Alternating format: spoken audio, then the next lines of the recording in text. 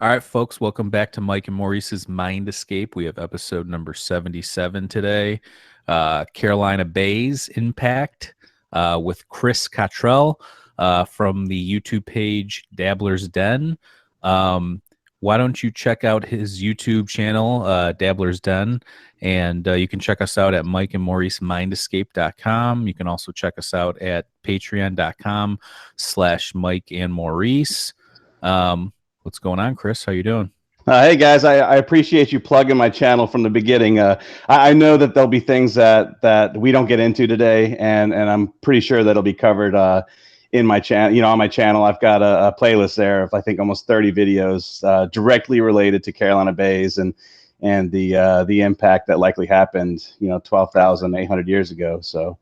Yeah, I was watching some of the videos last night. There's a lot of interesting information in there that ties into the whole younger Dryas impact theory and all that. So let's get started here. I'm going to try and hit this. We got a little slideshow today. Yeah, I am a school teacher, and it's actually one of the things that I thought that I can add to the whole Carolina Bay dialogue. There were guys like Antonio Zamora, Michael Davias, George Howard, who you've had on as a guest. Right. I'm a science educator. This is kind of what I do. And so trying to take the information from those guys and put it together in a bundle that's easily digestible is what I really try to do with the channel. I do have a background in geosciences. I have a master's in geosciences from Mississippi State, on top of a master's in education. So, I'm if I could take loaded, baby. Yeah, that's right. If I could take those skills and apply it to something that I, have had my own history with, and put it out there so that people can understand it, I think it's just going to take things one step further. So. Awesome. Yeah, no, we're looking forward to this. Obviously, we have a little bit of background with the younger Dryas, and we've you said had George Howard on, and I really like your recent series with Martin Sweatman. He's got a whole nother section that he's tying in together with the Göbekli Tepe, and there's just so many dots that need to be connected, and that's what we're doing now. This is how the paradigm shifts, is by connecting the dots, and that's right. What's going on now. No, absolutely, I 100% agree, and yeah, those were definitely some good episodes there. Great information, and it ties back to all this stuff. So, can you guys see the slide presentation on your? Yeah, I can see it. Okay, so let's try and do that here. I'm gonna. Yeah, it's always nice to have a couple visuals that go along. Yeah, I know this is an audio podcast, so again, I hope that if you have an audience that is listening, go to my YouTube channel. You can pull these things up. All of my videos are like less than 10 minutes, and like I said, I've got a bunch of them, but they're all in a digestible length and with lots of visuals and things like that. What you guys are seeing now here is just some images of the Carolina Bays. Now, I know that you guys discussed this briefly with George. But these Carolina Bays have been an enigma in geology for almost 100 years now. It was really after the manned flight in the Carolinas, which is where Carolina Bays get their name from. People were able to get high enough; they were able to look down the ground and just see these ellipses all over the landscape. And it's interesting because these, as far as geomorphology is concerned, other than the river systems that we have here along the coastal plain, these Carolina Bays are a dominant feature across a very vast part of our eastern landscape, and we really don't know a lot about them. And so again, they extend though. They're not just in Carolina, right? They go from like Maryland to they're all over the place. Right, they actually go all the way from not upstate New York, but like Long Island, New York, all the way down to just about the Florida Georgia border, and you can find some into Florida. What's the explanation that mainstream I mean, obviously, I mean, if you look on Wikipedia, Hey, there's whoa, bro, whoa. it's no, I'm just curious. Like, what's the explanation now? Okay, well, like I said, when we first saw these things, people automatically assumed meteor impacts, and so you've got all these supposed craters all over the East Coast, and then when we're talking about back in the 20s, 20s and 30s. They assumed that they were possibly a meteor swarm that came in and just kind of like, punched holes into the East Coast. But they never found any meteorite impact I'm sorry, not proxies, but meteorite fragments or anything like that. And so it quickly got dismissed. The scientists were like, no, that's not what happened here. And because of uniformitarianism, they started to look for terrestrial explanations of it.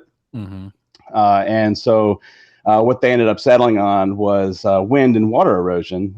Basically, all of these Carolina bays are supposed to be ponds, or they were ponds at one time.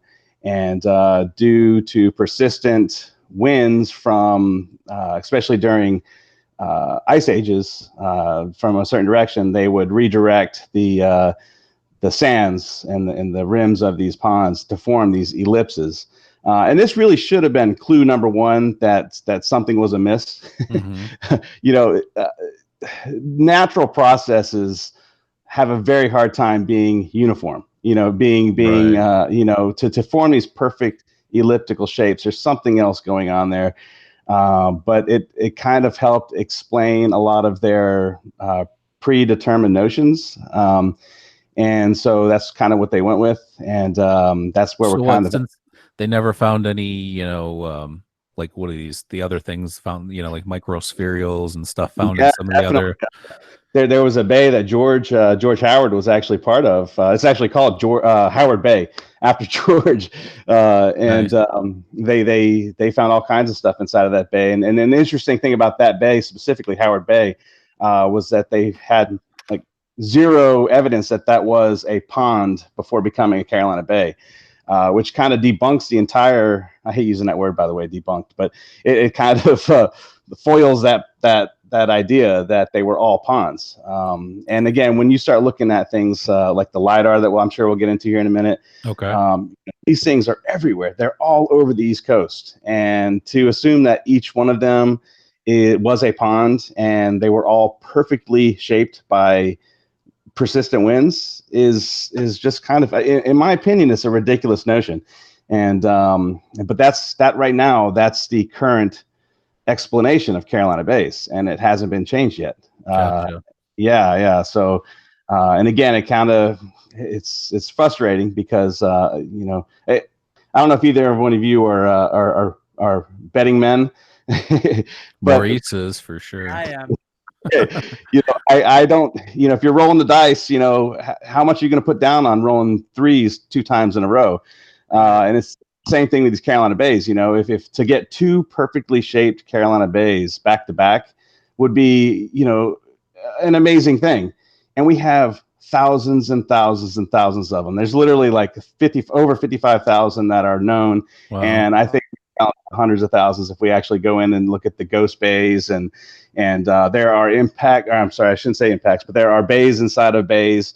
They overlap. There's just so much, and they're all perfectly shaped and they're all perfectly aligned. They're all perfectly aligned in the same direction, which is, again, that's clue number 2 that something's amiss here, that they are all aligned to the same geographic location on a map.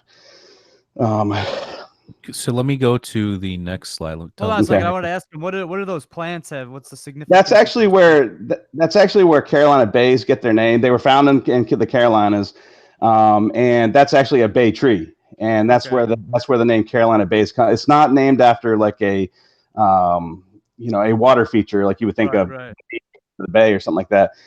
They're actually named after the plants that grow inside of these elliptical shaped depressions.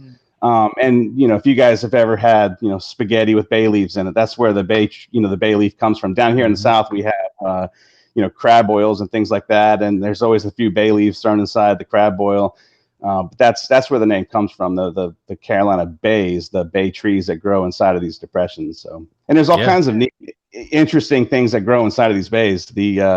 I know farther up north from where I am, they have the Venus flytraps. Down here, we have pitcher plants, and you really only find them in these bays, and so they're very interesting and unique. Has that ever been looked into? If the flora and fauna is similar in other impact sites as it is in those possible impact sites? Yeah, I'm not really sure. I don't really follow the ecology of the bays. I do know that there has been, obviously studies done on the pitcher plants and things like that. They're all carnivorous. I think it has more to do with just the ground there lacks nutrients. Gotcha. And so these plants have evolved over time to get what they need out of the environment, whether that be trapping insects or whatnot. But okay. Yeah. Interesting. Okay. Let me go to the next one. Did that switch for you guys? Yes. Yeah. Yep. Okay, we're good. Okay.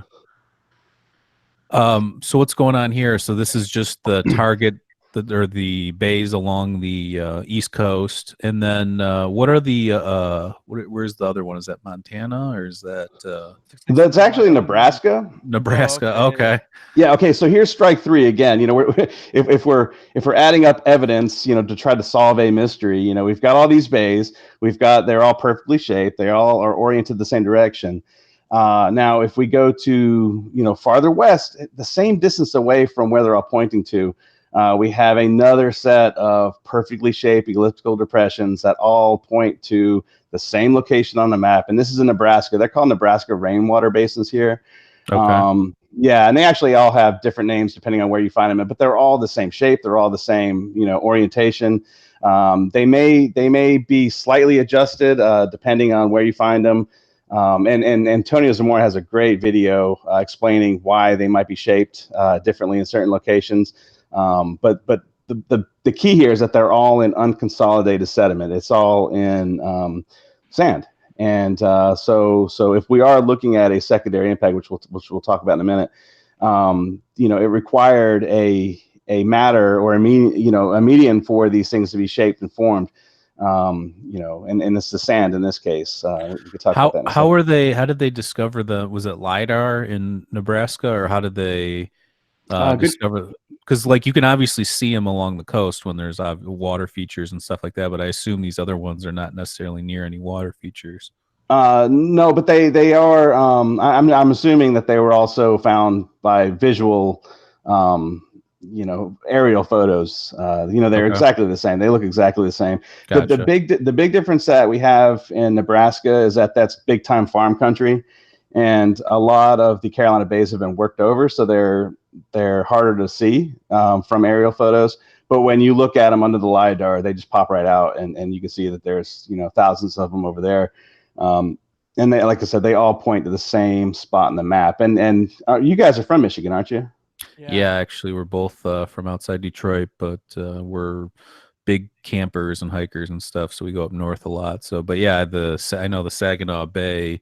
That's right. That's been a huge topic with the whole impact theory. Yeah, and that's where all of these things they now let me also preface this by saying that when they first realigned all these things, it was actually farther west. They noticed that they all kind of aligned farther west, and it was actually Michael Davias and his team over there that readjusted things based on the Coriolis effect and hang time, and they readjusted everything to Saginaw Bay. And sure enough, all of these things do point to a very interesting geologic feature in Michigan. Sure. That Saginaw Bay, and that one is a bay. It's an aquatic bay. It's not named after the plant, right? But it's still, that's ground zero right there. And there's a lot more that we can look at, and a lot of new science that has come out that shows that Saginaw Bay very likely could have been an impact at some point.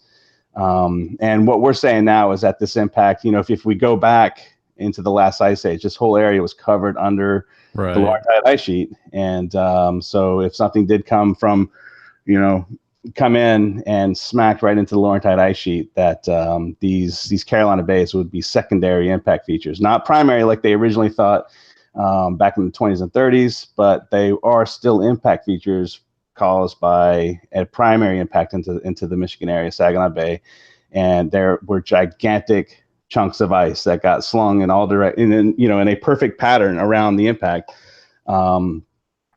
to create the Carolina Bays. That perfect butterfly pattern. So the fact that there was ice there, though, that's why the impact's not really that deep. It's kind of more shallow and spread out. Yeah, and I think this is part of the problem too that we're seeing right now with our modern scientific thinking, is that there isn't enough science on glacial ice impacts. Mm-hmm. That's not something that's ever really been looked at. And so if we had like literally over a mile of ice in this location when this happened, and up to maybe even 2 miles. I know that during the glacial maximum, we were looking at 2 miles of ice, which would have been about 10,000 years before this event. But even a mile of ice, that's where the impact would have been. The crater would have been in the ice. And it's, I mentioned this on my channel, what's the perfect murder weapon is, a icicle. Right, right. The evidence melts away. And that's what I think we're seeing here. I think that the actual crater itself would have been mostly in the ice. I think there is still some evidence, in the Michigan area. But all of one of the big things that people look for, shot quartz and things like that, and all of that stuff would have been washed away. And I'm very hesitant to say it, but if the event happened like I think it did, the amount of erosion and the amount of scouring and just boulders and ice and that would have occurred in that crater would have just scoured this whole area and could have even, created the Great Lakes itself. the way we all know that we all grew up, learning about the Great Lakes were created during the last ice age. And this could be how it happened. Yeah, but they teach, even coming from Michigan, they teach us that the glaciers just carved out that area. Mm-hmm. Like that's what, there was no alternative theories or what could have caused such a dramatic melting, and mm-hmm. Now we know that there's a lot more evidence to produce that shows that it was probably a lot quicker than everybody anticipated before. Right. So is the premise for the Carolina Bays that the initial impact site was Saginaw Bay and that it spread out, or it blew up in the air and kind of showered down? No, I think that this was it made impact into the ice. And it was actually now and all the other stuff's just the fallout from the of a radius of that, or just like if you if you shoot something in the sand or something like that, you're gonna have a spray of sand that comes out of it. Sure. And it's the same thing that I think we're seeing here, is that this hit the ice and it's just humongous chunk. No, and I'm talking about unfathomable amount of energy being transferred here, but just huge chunks of ice being slung out from that area, and literally continent crossing. They went all the way into like I said, Georgia, South Carolina, North Carolina, and so the bays themselves were secondary impacts, and we can get into Antonio Zamora's work. He has done quite a bit of work using the scientific method, just in his backyard, just taking clay and a slingshot and some ice, and he can actually reform these Carolina Bays in his backyard. Graham Hancock mentioned his work in America before, when he was talking about how there's certain people that are part of the Comet Impact group that say that this whole thing's kind of even more pseudoscience than the whole thing, in general. And I think that the whole part of the book that he was talking about was the Malcolm LeCompte talking about how the Carolina Bays doesn't really fit with their thing. So he was kind of mad that Graham was even looking into the subject. But I'm sure I'm not making any friends right now. Well, it's about getting to the truth, right? I mean, we're not talking crap about any. It's just no. And I've actually interacted with quite a few of these guys that are authors of the paper or papers with the Comet Research Group, and I'm just trying to get them to reconsider some of the things that they have assumed all these years. And it's like I said, I've been in it for at least 20 years, and really actively it's only been about maybe 2 years now. But in 20 years, this topic hasn't budged at all. When I was asking my professor back then, well, what causes Carolina bays? It was the same answer. Well, we don't know. It's a mystery, and it hasn't changed. We're still, and it's, again, we have people that have built careers on top of assumptions that they, have written down and spent, plenty of time putting down papers and theories, but it's all based on assumption, and that makes it very difficult to change once you've done that for a long period of time. Yeah, on the road to the truth, you're gonna make some enemies. That's just the nature of the beast. Yeah. And also, I mean, the whole, like the whole impact theory in general still isn't even really embraced by mainstream science. So it's like there's these tiers, So and when you talk to any scientist, we've had other scientists on the show, and it's like this narrative that you learn in like middle school, high school, college, it's just a narrative, because there are really so many variables with a lot of these things that we know. Like the Clovis first stuff, that's obviously appearing to be super false at this point, but it was super well, regarded within academia for a long time. So, right. So even in the textbooks that I have at the school that where I work, we spent 190,000 years, bumping heads looking for food, and then all of a sudden, 10,000 years ago, we finally decided we can grow crops around our huts. That's the birth of agriculture. And right. And I tell my students then, I'm like, that doesn't sound right to me, but that's what's in your book, so yeah, it's gonna be the paradigm is pretty solid, and it's gonna be hard to make those adjustments, but it's, again, one step at a time. So, all right, so let's move on to the next slide here. So is this like the Taurid meteor stream? Yeah, this is just basically explaining the event. I'm not sure how familiar your audience is with the Taurids. We're actually in the Taurid meteor stream right now, as the time that we're recording this.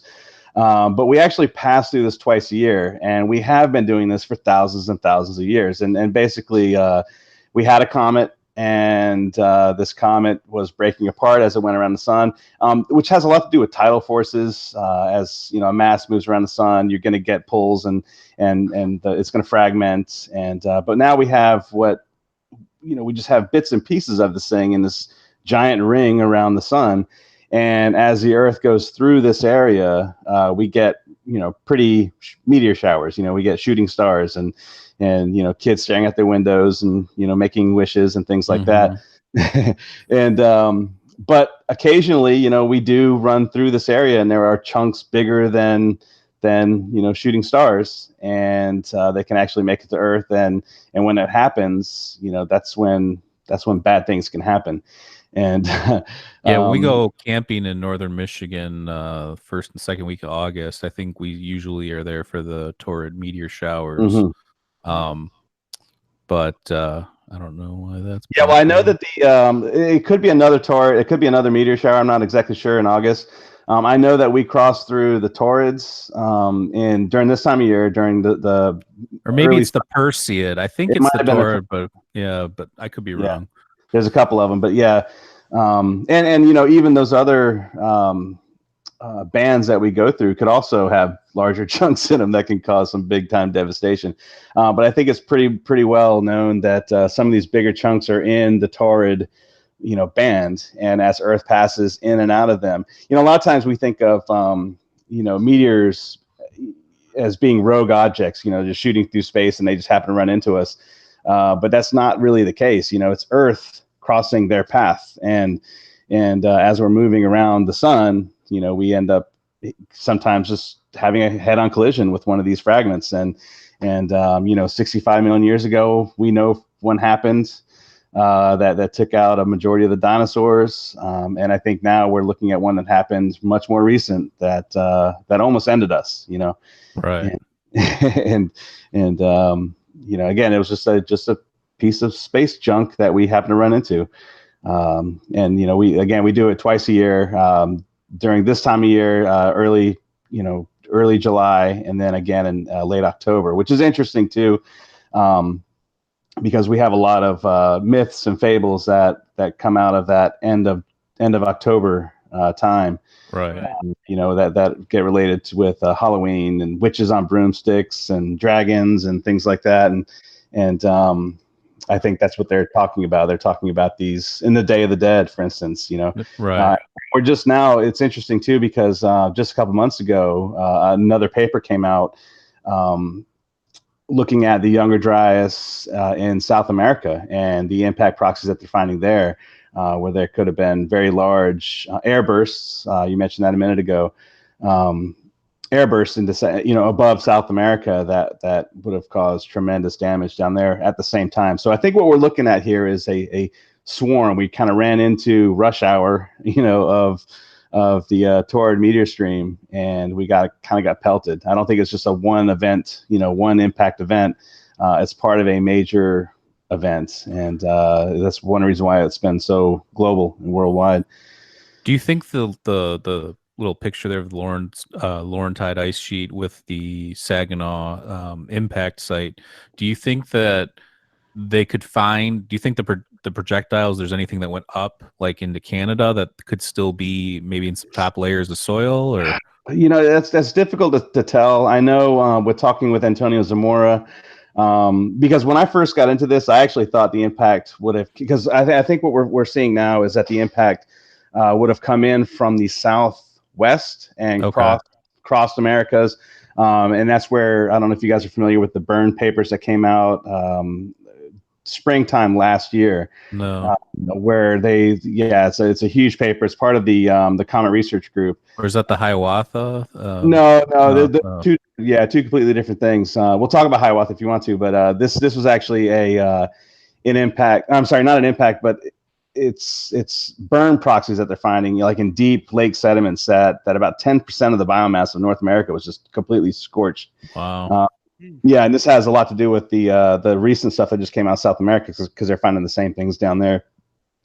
That's crazy. Yeah, but it was actually talking with Antonio Zamora that convinced me that, because I thought it came in from the northeast and impacted the glacier that way. But no, the actual deepest part of Lake Huron aligns perfectly with Saginaw Bay. And so possibly at the bottom of Lake Huron, there might be a little bit of evidence left. But I have a feeling that, you know, if this event occurred the way that I think it did, you know, all of that glacial ice just got the amount of erosion that would have happened immediately afterwards, which we have evidence of that too. You know, we've got the major floods that flooded down the Mississippi River. They moved to the northwest, you know, into the Atlantic Ocean, and then I think also quite a bit going across to the west. I know Randall Carlson talks a lot about the floods to the Midwest, the scablands of Washington. Right. I think this had again, same time frame. There may have been a separate impact farther west that he's focusing on that caused a lot of that melting down there. But I think it all happened at about the same time. I think we're looking at a multiple impact event. Hiawatha very well could be part of this. I think the Hiawatha crater is a little, I don't want to call it small because it's a huge crater, right. But I don't think it had enough to do the damage that we see in North America at that time. So gotcha. I think it could be at the same time and caused effects in other areas of the world, especially in, you know, farther into Russia, you know. How much bigger do they think the Saginaw Bay one was than Hiawatha? Like I said, I'm trying not to follow too much with the Hiawatha stuff. Gotcha. I'm with you. I'm just like you guys. I'm following and waiting for them to, you know, to see what they come out with next. Gotcha. I don't really know anything more than you guys do. Yeah, I don't think they know a ton either. I mean, I think that it's just they have to still get in there and get their hands dirty. But it was right now. I just want just like a more solid date. You know, we're going. Well, it could be 12,000 years to right. I got like, whoa, that's a big. Now, there's still, geologically speaking, that's still recent. 3 million years ago wasn't that long ago, but 12,000 years ago is, you know, very long ago. I mean, not very long ago. Recent history. So we have a LiDAR shot here. Yeah, so This to me was the game changer. I think it's a game changer. A lot of this work was Michael Davias's work, and I mentioned before we went on, Michael Davias is kind of scrambling now because I think Google's doing away with his database that he uses, and he's actually doing a fantastic job of transitioning over to another platform so that again we can continue research in Carolina Bays. But it's the LiDAR.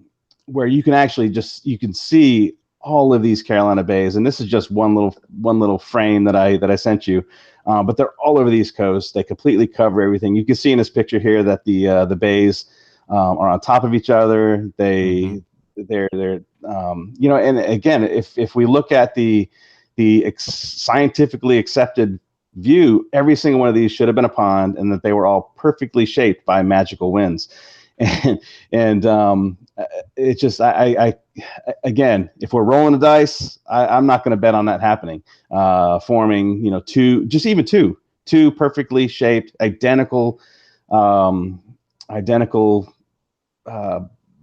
Bays. I can't see that happening. Right. And again, and I think the next slide has it's got Antonio Zamora and the work that he's done. And he has formed these perfect elliptical shapes in his backyard, using the scientific method. Now they have what I find very frustrating is that the only scientific work that they've done to prove that wind and water can recreate these Carolina Bays was done back in 1977, 40 years ago. And this was done by a guy named Kazorowski, and using the scientific method, if you have a question, you do your background research, then you conduct your hypothesis, and your hypothesis has to be testable, right? And so what he did back in 1977 was he set up a sand table, and he formed a circular. He formed a perfectly circular pond, puddle of water inside of this sand, and then blew wind from a fan for I can't remember exactly how long, but he would blow it in one direction for so long and then shift it in another direction for so long, and then go back and blow it for that same direction and then shift it again. And he would do this. I think he did it for like 4 or 5 hours, and it. I mean, obviously, if you're going to blow wind and water around, you're going to get a reshaping of that pond. But they got the shape that you could see there. It's not a perfect ellipse. Right. It did reshape it in a shape that may be similar to a Carolina Bay. And I guess they were like, okay, yeah, we're good. But no, that's not a Carolina Bay. They did not reshape a Carolina Bay. And, based on the scientific method, if your hypothesis is found to be false or even partially true, you go back and you do it again and over and over and over again. And that's how the scientific, like I said, this is what I do for a living. I teach the scientific method, and I make sure my students understand how the scientific method works. And it's not being done at this. I don't think that this experiment was ever peer reviewed. It wasn't. You don't see people trying to recreate it. And then you have this guy in 2017, Antonio Zamora, who comes out and he's like, you know what? I think these are conic sections. He's pretty much saying that if you have a projectile entering unconsolidated sediment, that it's going to form a cone shape. Now on the ground, that cone shape looks like a perfect ellipse. He set up an experiment. He went outside in his backyard. I've had people, say, you're backing this guy up because of something he did in his backyard. Right. And absolutely, he's done more to prove or disprove this hypothesis than anyone has done in 40 years. And even in his backyard with a puddle of mud and a slingshot and some ice cubes, he was able to make perfectly shaped Carolina Bays in his backyard. And he actually has I don't know if you guys follow him or not. He's got an excellent YouTube channel now as well. No, I'll check it out. I think I follow him on Twitter, but yeah, I'll check out his YouTube channel. He's got a ton. Yeah, he's got a ton of great videos.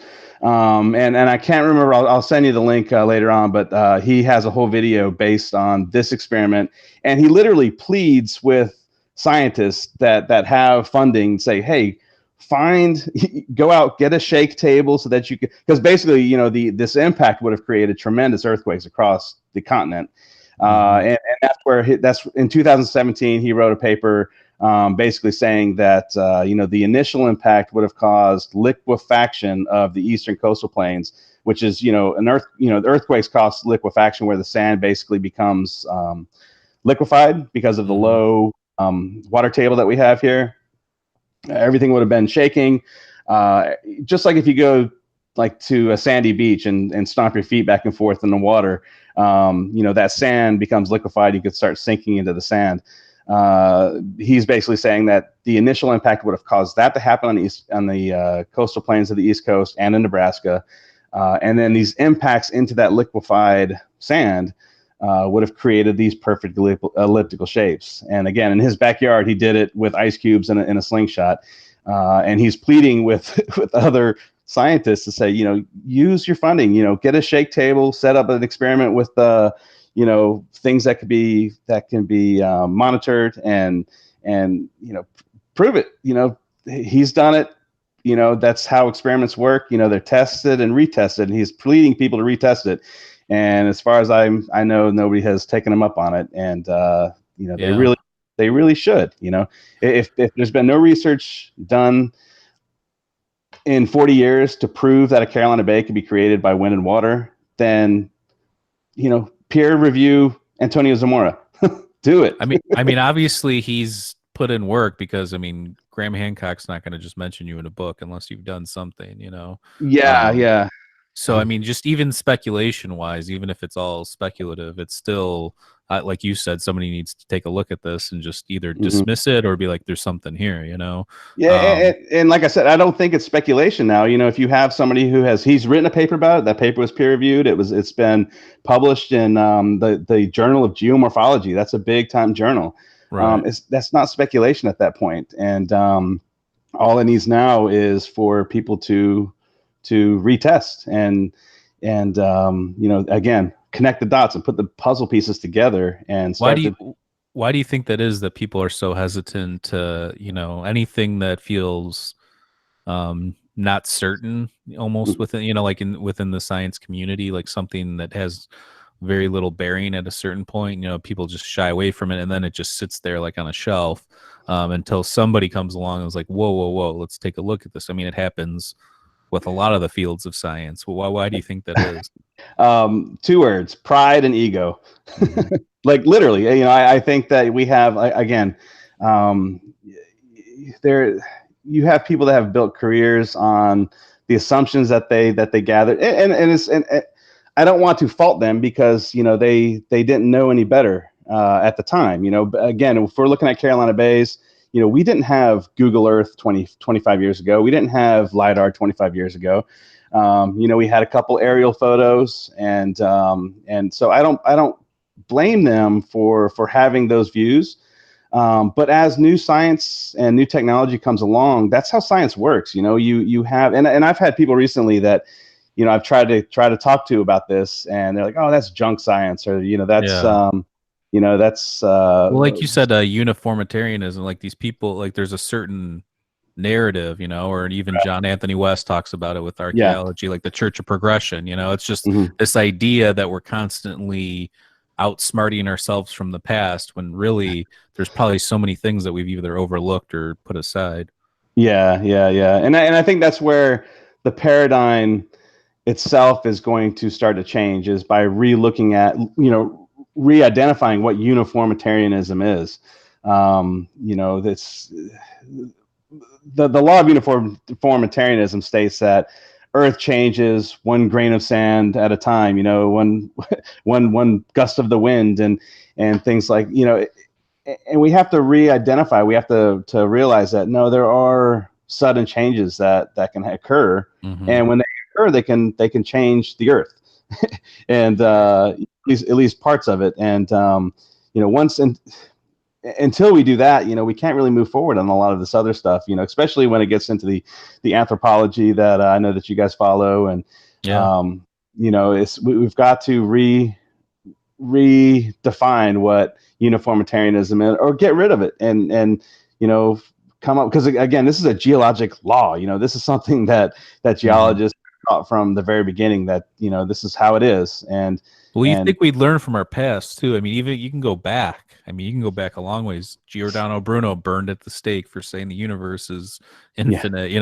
And then from there, like the whole Galileo stuff and just all this stuff throughout science over time. It's like, the stuff that we use, that we base everything off of, at one point was considered crazy or fringe or whatever. So the best stuff, even modern day stuff, when I'm sure when Steve Jobs came up with the idea for the iPad and the iPhone, people were like, that's crazy. But this guy and I have to remind myself about that too a lot.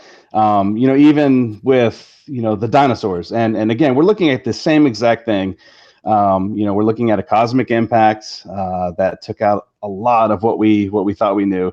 And that's new science. If we're looking at actual, time that has gone by, I don't think it was scientifically accepted. I'm talking about the 65 million year ago Chicxulub crater. Wasn't scientifically accepted until like the mid 90s. And that's I was in high school then, and so I can remember that this stuff was coming out back then, and here we are, 2019, and we're talking about the same exact stuff. And hopefully, because we have the evidence of the Chicxulub crater, that this will progress a little bit faster. And hopefully it won't be too long before people are like, okay, yeah, something happened 12,900 years ago. And like you mentioned earlier, when it comes to this topic, we have, first you have the younger Dryas Impact, where you've got a group of people that are like, no, that never happened. And then you have no, it did happen. And then even within the people like, yeah, the younger Dryas event happened, you have different causes of how it happened. And, I go around and around with people that, oh, the Saginaw Bay has nothing to do with any of this, and I have to differ, and so and again, ego and what did I say? Pride, that plays a lot into it, because even like myself included, I think I have it right. I think I know what I'm talking about, and I talk with other people and that we're so close to being on the same page, but nah. Yeah, but you seem open-minded. I think that's the difference. Like, I think that's where knowledge dies, is when you have a narrative and you think you know it all, whatever it is, whether it's how the universe began, or impact theories, or whatever it is. When you put yourself in that, you pigeonhole yourself in that one thing, and then you just believe it wholeheartedly. Yeah, I mean, you might do some good research and find out some things, but I honestly believe you need to have that, like, I could be wrong thing in the back of your mind, where it's like, I could be wrong, let me take a look at these other things. Because when you start looking at everything else, I think that's when the bigger picture starts to unfold. And I don't think a lot of people think like that. I think they're just it's all compartmentalized, Yeah, I was gonna say, when you write a book and stuff, it's hard to go back on that, because yeah, it's on the paper. That's right. Yeah, and you're right. And I try to document that a lot in my videos. From when I started actually making the videos on my YouTube channel, I've changed my mind about a few things as I've gone across. And there's actually a small 2-part series on the Delmarva Conundrum, is what I call it, where I came across some evidence that did not align with what I was thinking. And I was like, oh man, what's going on here? And I contacted Antonio Zamora, and I was like, man, I don't know, dude. I finally got it settled out, and it actually strengthened my opinion at the end of it. But yeah, you're right. And this is a big part of, I think, where we need to see a little more communication to break it down. You have a lot of people that focus on very specific topics, even whether it be archaeology or geology, they're even broken down to various specific topics. And so you have people that are, they're writing papers on this stuff. They're focused on one small part of this whole process. And it's going to take communication. It's going to take, looking outside of your 4x4, square box that you're looking at, and look at the overall picture. And I hope that's what I'm doing right now with this series. I know that it needs more eyes on it, but I hope that I'm connecting those dots and looking at it from a generalist. That's what my YouTube channel, the Dabblers Den. I'm a generalist. I come from things from different angles, and that's what I think is a strength of mine. And I hope that that's what I'm kind of putting together with this series on the Carolina Bays. I mean, yeah, we need big picture guys, with all this stuff. And, you look at Randall Carlson, this guy's spent most of his life investigating these similar things on the West Coast and the Midwest and stuff. So, yeah, Randall Carlson is actually he's a huge part of this whole process. I actually call him Randall the Rosetta Stone Carlson. Because I was actually, when I was working on my master's degree back in 2015, not too long ago, about 4 or 5 years ago, this is when he first started coming out on Joe Rogan. And I had a friend of mine who sent me a video. He was actually a very highly religious friend of mine. And he sent me because it backed up his ideas of Noah's flood and things like that. And he was trying to get a point across. And he sent me this video of Randall Carlson on Joe Rogan. And I think on Joe Rogan, he was talking about the lost city of Atlantis. And he was talking about it being in the middle of the Atlantic Ocean. And he brought up things like isostatic rebound, which is what happens when a body of land is being weighed down by a bunch of ice, and once that ice is removed, the land pretty much relaxes and it changes. But if you have a area of land where the ice is pushing down on the land, because ice is heavy. I mean, how much is like 1 gallon of water weigh? It's like 8 pounds. And if we're talking about 2 miles of ice, covering the entire continent or the entire country of Canada, that's pushing down a lot on the land. And I was taking graduate level classes on this stuff, and I was like, man, this guy knows what he's talking about. He is connecting the dots between things that are in mythology and ancient texts and things like that, and he's applying geology to it. And when I heard that, I was like, oh man, this guy, and that's where it started for me. Where I was able to start to put together the geology of it, together.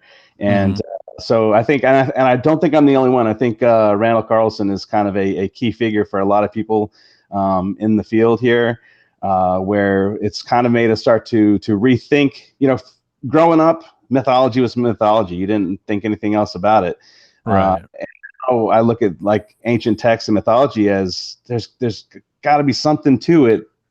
Some reason why people why would every civilization or ancient civilization from that time period have a flood myth if there wasn't something? It could still be, parts of it could still be made up or mythology, with having some basis to it, but it wasn't an accident. It's not, there's something, there's a common thread, and we have to look at that. And then again, we start over the past couple of years now, we're looking at this stuff and we're like, no, sure enough, there was a major catastrophe at the same time that they said that the things happened. And now we're looking at 400 feet of sea level rise, which definitely could be considered global flooding for coastal civilizations that lived there at the time.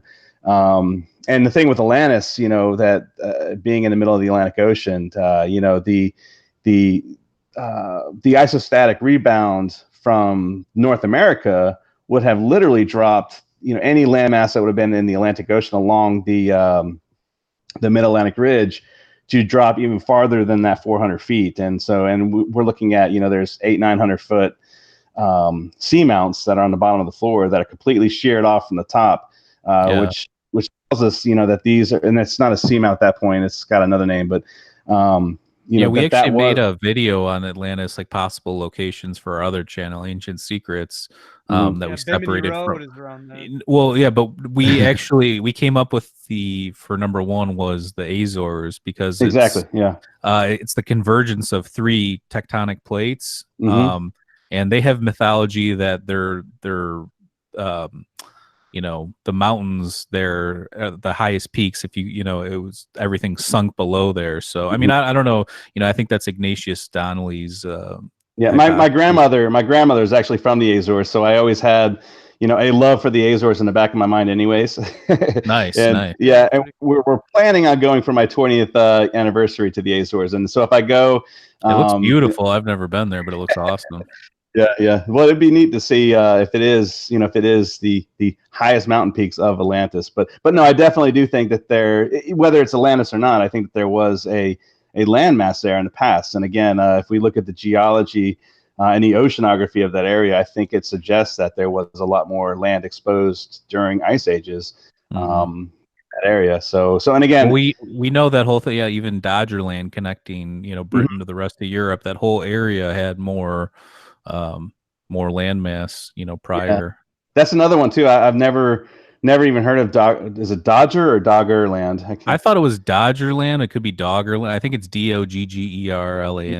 I'd never heard of it before until I started putting out these videos, and I had people emailing me like, "Oh, what do you know about this?" And I'm like, "I don't know anything about it, but I'm glad you brought it up." Yeah, they found artifacts, I think, in the channels and stuff that suggests that there was obviously stuff going on there too. Right, and it also suggests that there was a rapid removal of land in that area too. If you look at the cliffs of Dover and whatever they are on the French coast there, they're sheer cliff Great faces. tune. Yeah, I was going to say Brian Johnson. Yeah, Brian Johnson. But yeah. So there's a lot again, and it's about connecting the dots. It's about looking at those differences in in geology of those areas and looking at the anthropology of what they're pulling up on the bottom there, and getting a better picture of everything together. So I just pulled up the new slide here, and this seems to be more about the megafauna and the. Again, if we're talking about connecting dots, these are the dots that I feel strongly suggest that this is a younger Dryas event, because keep in mind that again we have that younger Dryas conflict, and then we also have a Saginaw Bay conflict.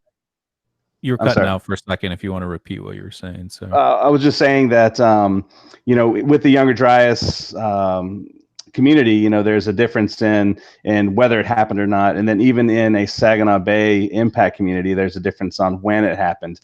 For instance, I mentioned Michael Davias. He's the man when it comes to Carolina Bays. He's just done a tremendous amount of work on the Carolina Bays, but he thinks they're 800,000 years old, which is 7 ice age cycles before present. And I have a hard time with that. And I'll get more into, again, there's some more stuff here on why I think that it's more of a 12,800 year ago event. But this is just a list. This list came right off of one of my videos. But we look at the younger Dryas, just the timing of it itself. We also have the black mat layer that I believe you talked with George about a little bit, where they're finding micro diamonds and carbon spherules and and they're all found in that black mat, just like with the Chicxulub crater and the dinosaurs, except in this case, we're not looking at rock, we're looking at soil because it wasn't that long ago. But there's certain areas where we have this black mat. We have the same proxies that they're finding. And again, they do find these in some of the Carolina Bays as well. We're looking at the burn papers where we had a 10% burning of biomass in North America. And again, just a couple months ago, we had South America coming out with the same stuff, the same timeline. A big one for me is the megafaunal extinction event. We have the what's it called, the Blitz Creek hypothesis that was around for a long time. And growing up, we were always taught that it was human hunters that came across the North America and wiped out like all the mega mammals. Like over the Bering Land Bridge, and they just came in and killed every single thing. And the biggest problem I have with that is if that really happened, like we would have had a huge population of humans. We would have done great.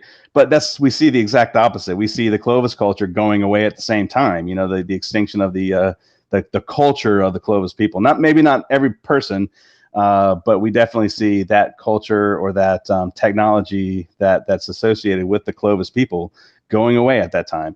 I mentioned already the mega floods that are well documented now in the Channel Scablands. And we've got the picture underneath the short-faced bear, correct? I've seen. I've seen Randall Carlson pull that up, and that's a question I actually had when we were looking at the shapes of the Carolina Bays. They were initially round, and then they got elliptical. I think Randall talks about how water can like swirl almost like a super tornado. So it's not possible that those could have been cut out by something similar? But we're looking at two different substrates that they're being formed in. This is rock. This is solid rock that you're looking at. Right. But I'm just saying, like I mean, this might be stupid, but like just on a smaller level, you know. This is that picture is actually of Potholes Coulee, and you're right. You know, but what happened in these pictures is you had a boulder in the bottom of this thing, and it's the boulder that got stuck in a hole, and as water's flowing over the top of it, the boulder is scouring away, but it has nowhere to go because it's stuck in this hole. Right. And so it just goes around and around and around and around. Yeah, that makes sense. Yeah, and so and these things are huge, but no, what's important to see in that picture is just the I can't remember what it's called, but it has to do with plucking, but as the water's flowing over the top of it, it's eroding backwards, just like Niagara Falls erodes backwards. Yeah. And I think Niagara, I can't remember the exact, is it 6 inches a year or something like that it backs up? I can't remember. But we're talking about, a tremendous amount of water flowing over the top of this area, and it's backing the stuff away. And then it just stopped, and we're left with these potholes. We're left with these coulees. But I think that this was actually from a separate event, same time, but a separate event. I think that this happened farther west on the, the Coriol, it's the other ice sheet that's over there, not the Laurentide ice sheet, but the next one over. How much of this megafauna have they found, like excavating, or have they found tons of American lions, or is it just something that's very sporadic? Because if we were wiping these things out, there should be piles and piles of bones kind of everywhere, right? Yeah. Well, that's an interesting question, because I'm not exactly sure. I know that I don't follow that too much, but I do know that when they find these bones, when they find these graveyards, they find a bunch of them at the same time, and that's interesting. That you're not just finding American lions next to mammoths, but there's a bunch of them together, and right.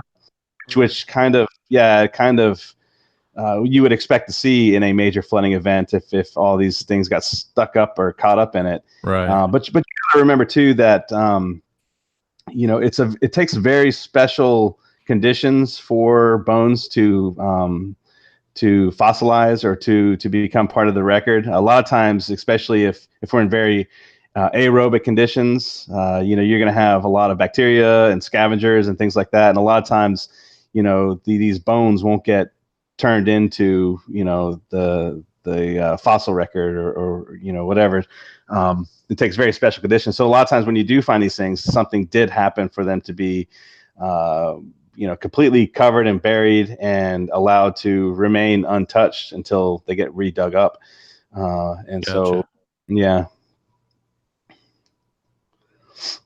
So this is just another, it's just more showing the evidence. Again, we've got the burn papers here. And so I've got that there. We've got, another thing that I find very interesting. And, this again, if we're counting lines of evidence here, the geology of Michigan is very peculiar looking to me, with the rings that we see there in the bedrock geology of Michigan itself. Mm-hmm.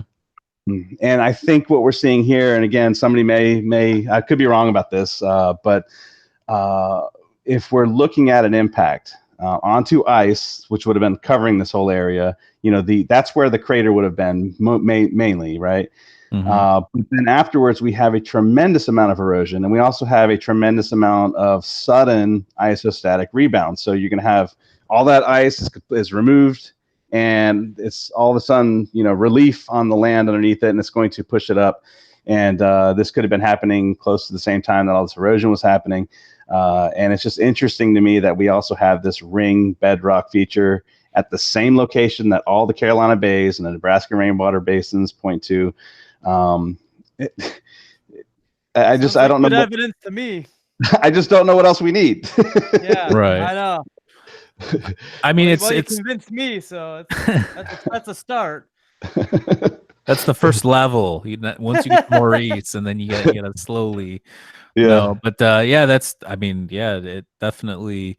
I didn't know when George mentioned the Carolina Bays. I actually had nothing. I didn't know anything about it, but right. After looking into it and reading that part of Graham's new book, it just seems like, why isn't anybody at least looking? Like I said, just look at it, and if there's nothing there, there's nothing there. But it seems like there's something there, so why not, investigate a little bit more?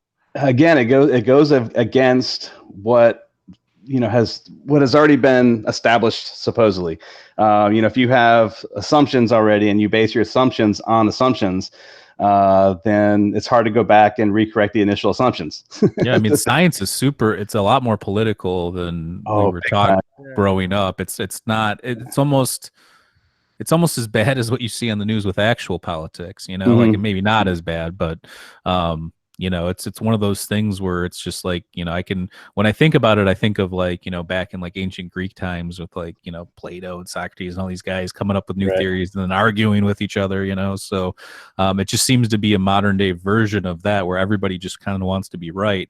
And we have a culture of that in general now with social media. I mean, you'd be surprised at the messages I get and some of the emails I get of people, you're crazy, just stuff like, people don't look into things either, and they want to be right. So they just start talking, and they think that just because they can dismiss something and not look into it means that they're right. It doesn't mean anything to me at all. Yeah, I've been pretty lucky. I've only had like one or two people that have just been like just really abrasive about it. Most people I talk to, even folks that are in the field, they aren't very vocal. Outside of sending me messages, which is like, well, come on, guys, you can, but again, it's because they don't want that mean girl treatment that George talks about, where it kind of goes against the grain. And I can't remember if it was with you guys, but did he talk about how we don't need the Carolina Bays to prove a younger Dryas impact, and that's kind of where he did mention that, right? And that's kind of where they're coming at it. There's already like conflict about the younger Dryas impact to begin with, and then this causes another piece of friction with that, because you've got people that are very have full of pride and they have their egos. It kind of just hurts the whole process, and I get that. I get that. If it's not needed, then let's just move forward. But again, when you're looking at a geologic feature or a geomorphic feature of the East Coast that is so prominent, I mean, when you look at those LiDAR pictures, they're everywhere. Next to the river systems that we have that flow through, the East Coast, these are number two. And for us not to really have a solid explanation is that bothers me. That bothers me. And I don't think that we can move forward until something like this is discussed and eventually agreed on, I guess. I was surprised when I looked into it that the how you mentioned what the more mainstream theory is on how those came to be, the Carolina Bays.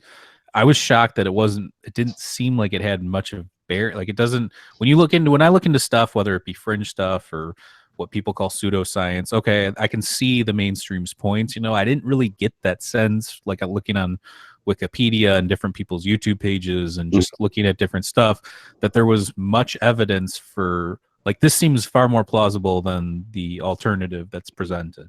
I think so too. So I'm hoping again, and I hope that's where this goes, is to have more people say, yeah, okay, I can see it now. Again, then and something I want to point out too, the YouTube videos that I put together, they've drawn a great audience, but that's not necessarily the audience that the videos are made for. The audience that these videos are made for are, it is for the scientific community, and that's why I've reached out to a good number of them. And again, to me, it's very plausible. And if there were just some minor changes in, some of those previous assumptions, then we can, like I say, we can finally start to move forward in a lot of this. But it's going to take a lot more than just me, I guess. See, I think it's you're right. You need the scientific people to get on board, but I have a actually alternative opinion on that. I think if you look at what happened with Randall Carlson and Graham Hancock going on Joe Rogan, doing these podcasts, getting the information out there, you're going to have pressure from normal people to be, putting pressure on the scientific community. Like, what are you doing? Like, why aren't you looking into this? And that's kind of what's been happening with the human timeline of, from the younger Dryas era and even previous with like Graham's work and Randall Carlson's work. I mean, he debated an actual geologist on the one episode with Michael Shermer, and he smoked the guy, and the guy was like, oh, that makes sense, like, so it's just one of those things where I think getting enough people on board, whether they're scientists or not, will put pressure on other people to take a look at it and be like, maybe there's something here. Yeah, I hope so. If you go to the next slide, that's kind of what that next slide's about. Oh, okay. But I hope that's the case. Now, what I'm seeing right now, and I know that we're both on Twitter together, and I have a lot of archaeological people I follow on Twitter, and that's not the case. That's not what I'm seeing right now. I'm seeing a lot of backlash from I just call it chapter 27, which is the chapter in Graham Hancock's book where he talks about this stuff. I see a lot of people banding together and in the scientific community, and it's I don't want it to be more harm than good, because I feel like we're kind of getting somewhere. And I don't want people in the scientific community to completely, throw their hands up and be like, oh, well, you're talking about Hancock stuff now, forget about it, and they just completely ignore it because it was in Hancock's book. And, we've seen that in the past with certain things. I just hope that the facts prevail, and more people look at it, and whether or not Graham Hancock put it in this book or not, which I think is huge. We wouldn't be talking right now if he didn't put that in the book. And I think he's right. I think Hancock is right about a lot of things, but he's also wrong sometimes. But he does mention when he's wrong. Like, he's called himself out over time with certain things, like, hey, I believed this before, I don't believe that anymore, obviously, or my point of view changed. The nature of the beast, Right. And that's what I respect most about him, is like, yeah, he's putting forth a lot of speculation and a lot of material and a lot of theories, and presenting a lot of other people's material in a good light, but then when something doesn't jive or more information comes out, he's willing to retract that, as where you don't see that. It's just something weird about science. It's just this idea like, oh, I went to school for all this time, I've put in 10, 15, 20 years of research, I deserve for my theory to be right. Like, that's the feeling that it comes off to the public, or at least to some of the public, because I just don't understand why, if you're a scientist, that you aren't looking for that truth, or that like that empirical evidence, or whatever, this holy grail that they seek. It just doesn't make any sense. Yeah. No, I do think that Graham did a huge service by writing what he did in chapter 27 of his book America Before. He whether you agree with him or not, he says that he was completely honest, or he was up very forward on what he was planning on doing with the information there. I know I would be a little upset if he shared personal emails in a book, but I think that it kind of needed to be done. I think that he laid it out exactly how it happened to him. He got the Lecomte, finger lashing, saying, hey, you've been warned, kind of a thing. And again, I think that happens more often than a lot of people would like to admit in the scientific community, where some people have some great ideas, and because of the views of others, they hold back on those ideas, or they change their minds. Or changing their mind is one thing, but holding back on something that you believe to be true, I don't think that's really scientific, especially if it's something like this that is scientific. That there is basis for those, for doing it to begin with. Have they ever set up like a debate, or like an Antonio Zamora and Lecomte, or any of these other guys? If you read that chapter in the book, that's what the whole chapter is about. That they I know, but I'm saying, have they ever actually had a conversation, or is it just this fear of even talking about it is Well, okay. So the way it worked out that weekend with Graham Hancock, they all worked together. Like they all came together. In part because of George, he brought people from both sides together to talk with Graham about Carolina Bays. And they all had their turns. They all had their presentations put together. Michael Davias spoke, Antonio Zamora spoke, LeCompte spoke, and at the end of the day, Graham really, took hold with Antonio's ideas, and rightfully so. I think he should have.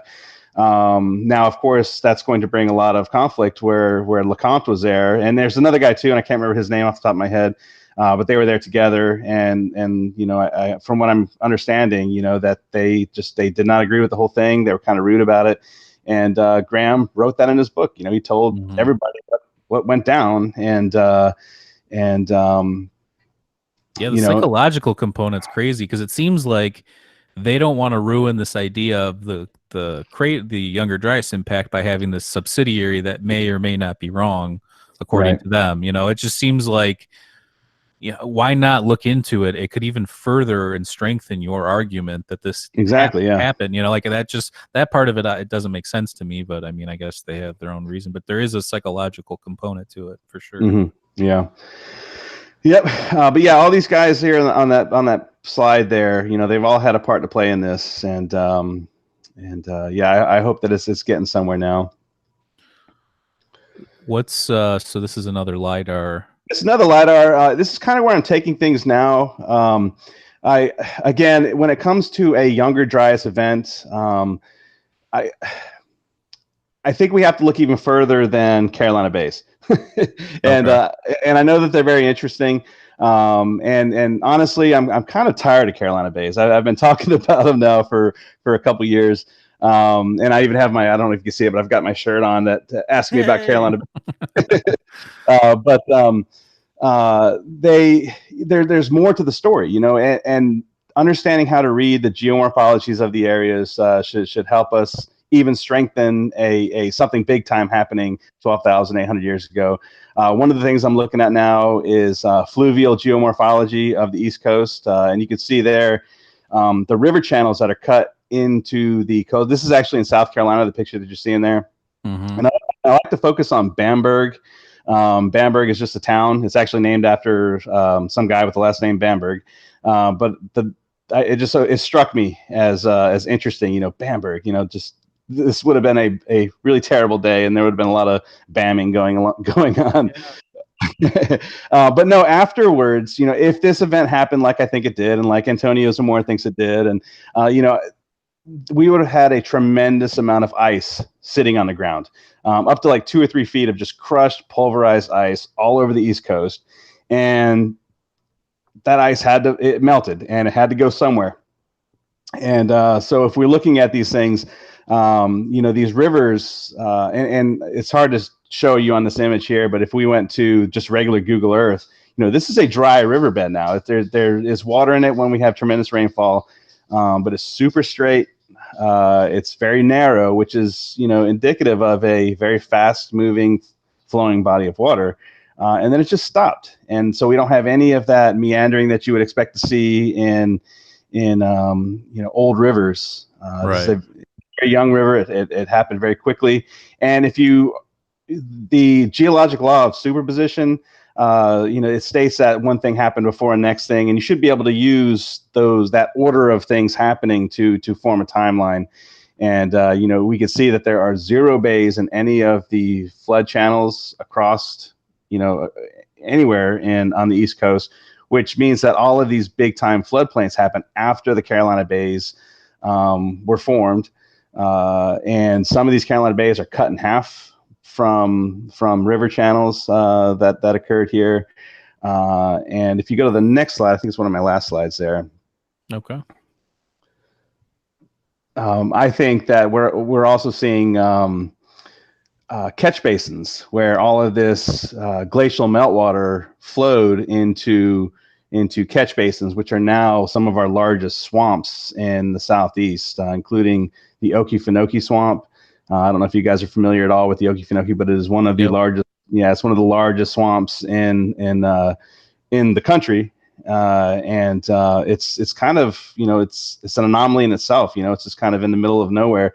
It's not by the coast, and what I think happened is that this meltwater was flowing to the ocean, and it got stopped by what's called Trail Ridge. You can see it in that picture there behind me. To the right, yeah. Yeah, Trail Ridge is just it's an ancient barrier island. So, I think it's 120 miles or something like that, but it's this huge barrier island that would have been formed, millions of years ago. And then all of this water was rushing down during this event, and it got stopped, and it just kind of sat.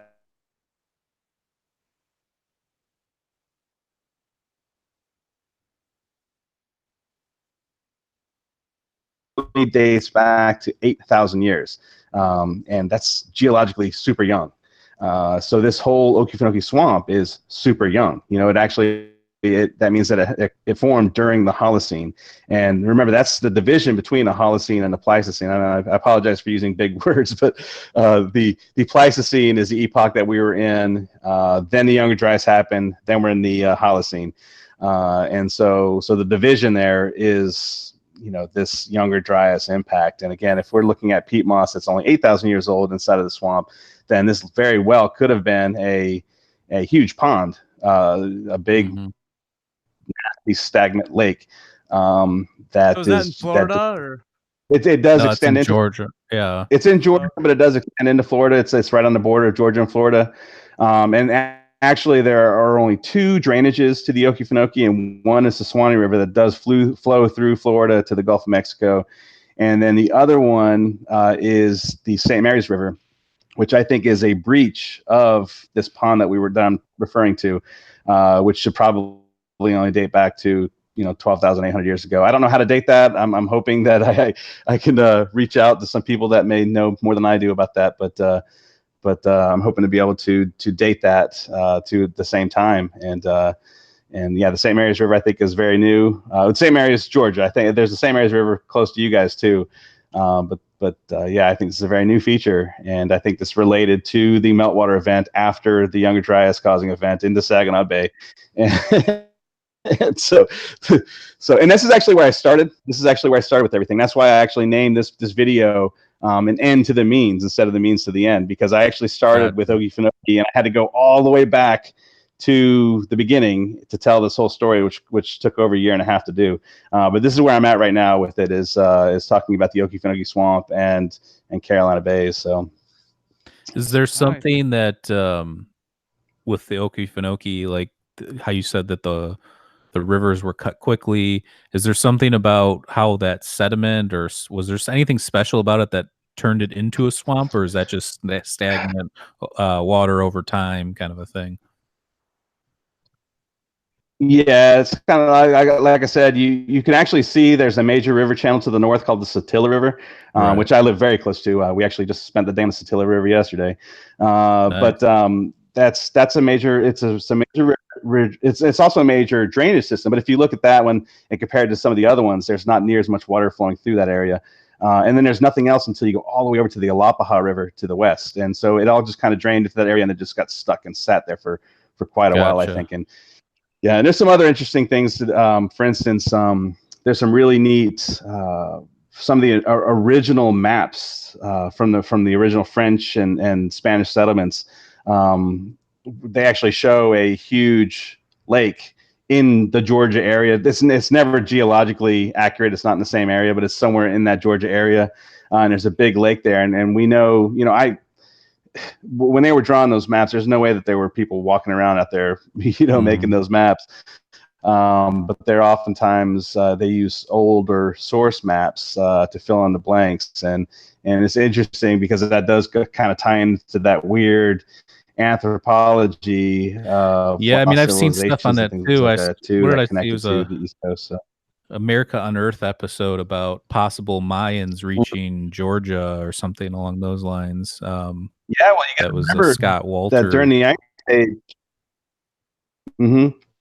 Yeah, during the Ice Age, you got to keep in mind that the East Coast was, the shorelines of the East Coast were up to 400 feet. The shoreline was like 100 miles offshore where it is today. So that connects Georgia and Florida. I think Florida was really more. I think there was a lot of resources in Georgia that could have been, had a lot to do with it. But when you get into Florida, it was very close to Mexico and Cuba. Sure. And there was just a major drainage that flowed, the Gulf Stream basically. That flowed through there. So focusing on these Carolina bays, I'm getting into now. What I really want to get into is that fluvial geomorphology of the Okefenokee Swamp and that whole area. But sure, there's a lot to go on, and it just takes people to know what they're doing and go out there and do it. So sure. Well, listen, this has been super awesome, Chris. We really appreciate you coming on, and like to have you back on in the future if anything new develops and we can get back down to business. But Sure. Yeah, I think this has been super enlightening, and I knew nothing about the Carolinas, pretty much, Carolina Bays coming in, and I feel like I know a lot more now, so I appreciate it. Yeah, for sure. I've spoken with people that live in the Carolinas that have never heard of Carolina Bays, and so that's the word's got to get out. Well, we'll spread the word. All right, guys. Well, thanks so much for having me, and yeah, until next time. Okay. Yeah, check out Dabblers Den YouTube page. Do you have anything else? Do you have a web page or anything? No, you can find me on Twitter. That's where you're gonna probably get the most honest responses. I do have my personal Facebook channel that I communicate with some people on, but that's more for family and things like that. But no, Twitter's probably the best place to reach me if you want to. I do have dabblers.den. I try my best to answer anybody. If you leave me a message in the comments, you're more likely gonna get a response from me. So yeah, I'm looking forward to talk with some folks about this. So sweet. We'll add your YouTube channel link below and your Twitter link, and check his page out. It's super fascinating. And thanks again, Chris. You have a nice day. Cheers.